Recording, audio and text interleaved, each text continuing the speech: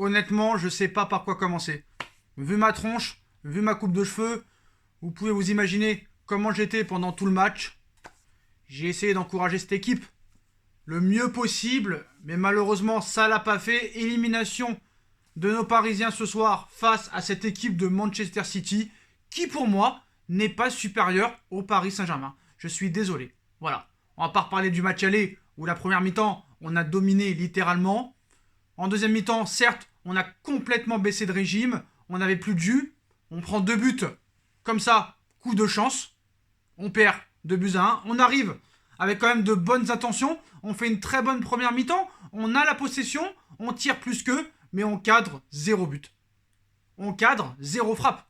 Et ce n'est pas acceptable pour une équipe qui est en demi-finale de Ligue des Champions. Je suis désolé. Quand tu vois toutes les occasions qu'on a, la barre de Marquinhos, l'occasion d'Angel Di Maria sur le dégagement d'Ederson, City, ils bégayent pas. Demande à Mahrez, doublé, 3 buts en 2 matchs. Neymar a mis combien de buts en demi-finale contre City? Neymar a mis combien de buts contre le Bayern? Neymar a mis combien de buts contre le Barça? Ah bah oui, il a pas joué. Neymar a mis combien de buts en finale contre le Bayern l'année dernière? Ah non, il n'en a pas marqué. En demi-finale contre le Red Bull Leipzig, 0. Contre Bergame, 0. Ça fait combien de temps que Neymar n'a pas marqué en Ligue des Champions? Il y a plus d'1 an contre le Borussia Dortmund, c'est ça? 1 an et 3 mois. Et à un moment donné, c'est plus possible. Le mec, il nous dit, on va rentrer en mode guerrier. Je crois en Dieu. Mais frérot, t'as cru que t'as joué contre Angers ce soir? T'as cru que c'était Angers et Nîmes ce soir, frère? Faut arrêter, frérot. Tu gardes la balle, tu ne fais pas de passe, tu restes 3 heures par terre. Alors, faut parler de l'arbitre aussi. Parce que quand même si Neymar est très critiquable ce soir, on va parler aussi de son avenir. Faut-il vraiment le prolonger? Cet accord, est-ce qu'il ne faut pas le rayer et le déchirer? Parce qu'à un moment donné, ce soir, Neymar, certes, ça se voit quand même qu'il avait envie, un minimum, de tout donner. Mais le mec a tout voulu faire tout seul. Mais avant de parler de ça, et des joueurs, et de dire mes flops et mes tops, parce que des tops ce soir, il n'y en a pas grand-chose, il n'y en a pas vraiment beaucoup, l'arbitrage. On va parler de l'arbitrage, j'ai même pas envie de dire de son nom. J'ai même pas envie de l'insulter, cet arbitre. On a toujours eu des problèmes avec lui. On se rappelle du Chelsea PSG et d'autres matchs. Nous, on prend des coups de coude dans la tronche. Kipembe qui se prend un coup de coude dans la tronche, pas de carton jaune. Un autre coup de coude sur je sais pas qui, pas de carton jaune. La faute sur Herrera et sur je sais plus qui, pas de carton jaune. Nous, à chaque fois qu'on les touchait, on prenait un jaune. On prenait un jaune, on prenait un jaune. À l'arrivée, sur la touche, Di Maria, il a pété un câble. Et il prend un carton rouge. Fernandinho qui en rajoute des tonnes. Et puis voilà. Je crois que toute l'équipe du Paris Saint-Germain a pris un carton rouge. Et du côté de City, on enchaînait les fautes. Et eux prenaient 0 carton jaune. Voilà. Donc quand t'es favorisé par l'arbitrage et que t'as pas de chance devant le but, tu peux pas vraiment espérer grand chose. Florenzi, frère, qu'est-ce qui se passe? As-tu fait un AVC? As-tu le sida? As-tu un problème, je sais pas? Est-ce que t'as fait une attaque cérébrale? Alors c'est peut-être pas très malin de la part de Leonardo de lui avoir dit il y a quelques jours, on compte pas sur toi à la fin de saison, tu vas rentrer à Rome. Fallait peut-être attendre la fin de la saison. Pourquoi Florenzi se donnerait à fond si tu lui dis à la fin de saison, tu dégages, frère? À un moment donné aussi, il va falloir discuter aussi du travail des dirigeants, à un moment donné, même si Leonardo fait quand même de bonnes choses au PSG. Voilà, on est quand même en demi-finale de Ligue des Champions, mais ce n'est pas assez. Ce n'est pas assez. Marquinhos, pour moi, je l'ai vu plus devant que Icardi ou que Moïse Kean ou que Neymar. C'est la vérité. Neymar, dans les occasions, il aurait pu avoir l'opportunité de tirer, jamais il tire. Le mec, il veut rentrer dans la cage avec le ballon. C'est pas possible. Voilà, Verratti en 10, ça ne marche pas. Vas-tu le comprendre?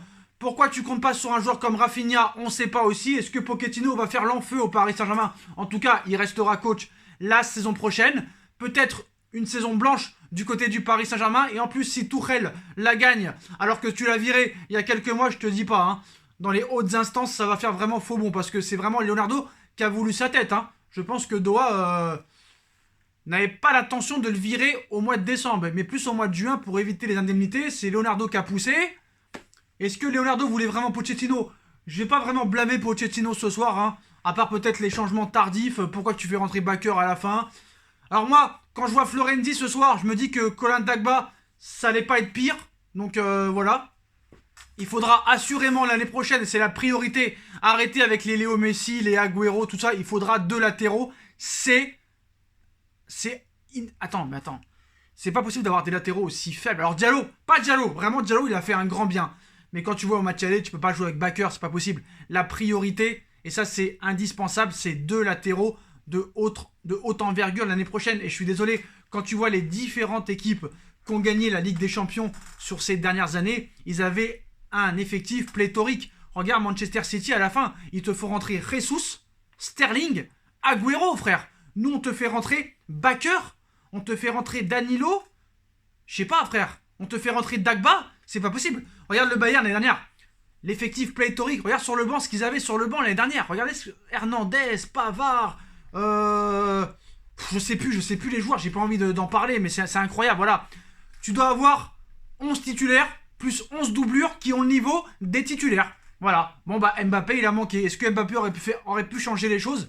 C'est possible. Voilà. Tu vois toutes les occasions que tu rates en première mi-temps. Si tu les mets, c'est une autre histoire. Si Paredes au match aller à 1-0, la tête il la met, c'est une autre histoire. Si Verratti chausse du 45 au lieu du 43 au match aller sur la passe de Mbappé, c'est une autre histoire. T'as raté ton match aller, surtout à la deuxième mi-temps. Là, tu rates ton match retour au niveau de l'efficacité. T'as pas cadré un tir. Neymar, le guerrier, c'était le guerrier de quoi, frère? C'était pas un guerrier, c'était plutôt un mec qui avait peur ce soir, je suis désolé de le dire. Après, le milieu de terrain, bah, Verratti a fait ce qu'il a pu, Paredes a fait ce qu'il a pu, Herrera, il a fait ce qu'il a pu, Di Maria a perdu beaucoup trop de ballons. Je suis désolé, même s'il a été très très bon en première mi-temps, il a perdu beaucoup de ballons. Icardi a été inexistant, mais c'est facile de tomber sur Icardi. Vous savez très bien, Icardi, c'est quoi son rôle? C'est de lui donner des caviars, et le mec te la met au fond. Malheureusement, il a aucun caviar, le gars. Neymar n'a pas fait une passe à personne ce soir. Même Di Maria, dans les contre-attaques, il voulait plus passer le ballon à Neymar.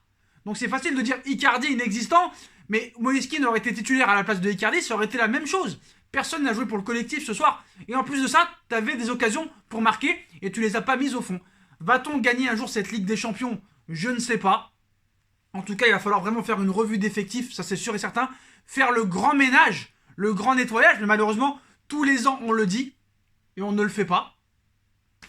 Pourquoi un joueur comme Rafinha ne rentre même pas en jeu? Je n'ai pas de réponse. Regardez, je ressemble à rien, ma coupe de cheveux ne ressemble à rien, c'est pas grave, on n'est pas là pour être mannequin. Je sais pas quoi dire, vraiment je sais pas quoi dire. Est-ce que Neymar continuera au Paris Saint-Germain? Est-ce qu'il faut vraiment qu'il continue, le gars? Je sais pas, Mbappé faisait la tronche tout le match, ça peut se comprendre, le mec ne joue pas. Le mec est blessé. Est-ce qu'il a la tête ailleurs, lui aussi? Il faudra se poser la question. Même Navas, je l'ai trouvé moins rassurant. Même s'il a quand même il n'a pas été catastrophique, mais je le trouve moins rassurant depuis quelques matchs. Et on part vers une saison blanche. Éliminé en Ligue des Champions. La Ligue 1, on est pour l'instant deuxième et Lille n'a pas l'air de vouloir flanchir. Et la Coupe de France, c'est toujours pas gagné. Saison blanche, et je vous le dis, le truc que j'ai peur, c'est que Chelsea gagne la Ligue des Champions. Et si Chelsea gagne la Ligue des Champions avec Tuchel, que tu as viré 6 mois avant, on va être encore une fois la risée du monde. Mais il va falloir faire une large revue d'effectifs, parce que c'est pas normal que Marquinhos, ton défenseur central, soit plus placé devant et attaque plus que les attaquants. Ce n'est pas logique, c'est inadmissible. Il va falloir faire une revue d'effectifs, prendre des bonnes doublures, prendre de vrais latérales droits, Covid ou pas Covid, il va falloir sortir l'oseille. United, City les a sortis, nous aussi, va falloir les sortir. Fuck le Covid, fuck le fair play financier, on s'en bat les couilles, il faut mettre des belins, il n'y a pas le choix. Ou sinon, faire confiance au centre de formation. Mais malheureusement, si tu veux un minimum de qualité à droite, à gauche, même si je pense que Diallo peut vraiment s'installer à ce poste, un latéral droit, c'est prioritaire. Un milieu de terrain vraiment de grande taille, un Milinkovic-Savic ou un Pellegrini de la Roma, je ne sais pas. Un monstre, regarde Ruben Dias, regarde les tauliers qu'ils ont en défense, regarde les monstres qu'ils ont en défense. Walker, c'est un catcheur, c'est un boxeur. Ruben Dias, le mec, c'est un haltérophilie, le gars. T'as vu Ruben Dias, la masse que c'est, frère? Donc je sais pas, quand un club comme City, dont l'année dernière, ils avaient été sanctionnés pour le fair play financier, et que 2 mois après, les gars, ils sont relaxés, ils t'achètent Ruben Dias, 70 millions d'euros, Nathan Ake, Ferran Torres, on peut se poser des questions. Pourquoi eux ont le droit de tout dépenser, et nous, voilà, beaucoup de clubs vont devoir faire une large revue d'effectifs, mais surtout Paris, s'ils veulent espérer gagner cette Ligue des Champions, il te faudra des gagnants sur le terrain qui jouent pour le collectif, des mecs comme Sadio Mané, comme Mo Salah, comme peut-être, je ne sais pas qui, comme De Bruyne, comme des Mahrez qui te met 3 buts en 2 matchs, qui pensent collectif, qui pensent la gagne. Mais je suis désolé, Neymar, le mec, il pense qu'à lui, le mec pense qu'à sa personne. Le mec, on le touche un petit peu, le mec il se touche. Alors je veux bien que les gars soient fans de Neymar, et à un moment donné, il faut dire les choses telles qu'elles sont. 222 millions ou pas 222 millions, j'en ai rien à foutre. Je le dis, il a été mauvais ce soir, comme presque toute l'équipe a été mauvaise ce soir. Je suis désolé de le dire. Neymar, ça fait quand même 4 ans qu'il est là. 4 ans, frère. On n'a pas vu grand chose. Je suis désolé. Zéro but dans les phases finales. C'est pas acceptable. Je suis désolé, c'est pas acceptable, mais je suis vraiment dégoûté. Je vais vraiment avoir du mal à m'en remettre. Je suis très attristé ce soir parce que vraiment il y a des regrets. Il y avait beaucoup mieux à faire, surtout au match aller. Et même ce soir, je pense que même en première mi-temps, tu peux mettre 2-3 buts. Voilà, je vous dis la vérité, il y avait des espaces. Ce terrain, il grêlait, il neigeait comme pas possible. Voilà. Il n'y a pas grand chose, vraiment il n'y a pas grand chose à changer, mais des joueurs plus impliqués, des joueurs qui pensent moins à l'oseille, moins aux paillettes. Peut-être que c'est ça qu'il va falloir faire comme stratégie, mais je pense pas que Doha est prêt à ça, surtout après la Coupe du Monde, avant la Coupe du Monde. Mais moi je pense que surtout qu'il va y avoir des changements, peut-être au niveau direction, parce que là, déjà en 2016, c'est très mal passé par Doha de s'être fait éliminer par City. Alors là, une deuxième élimination d'affilée contre City.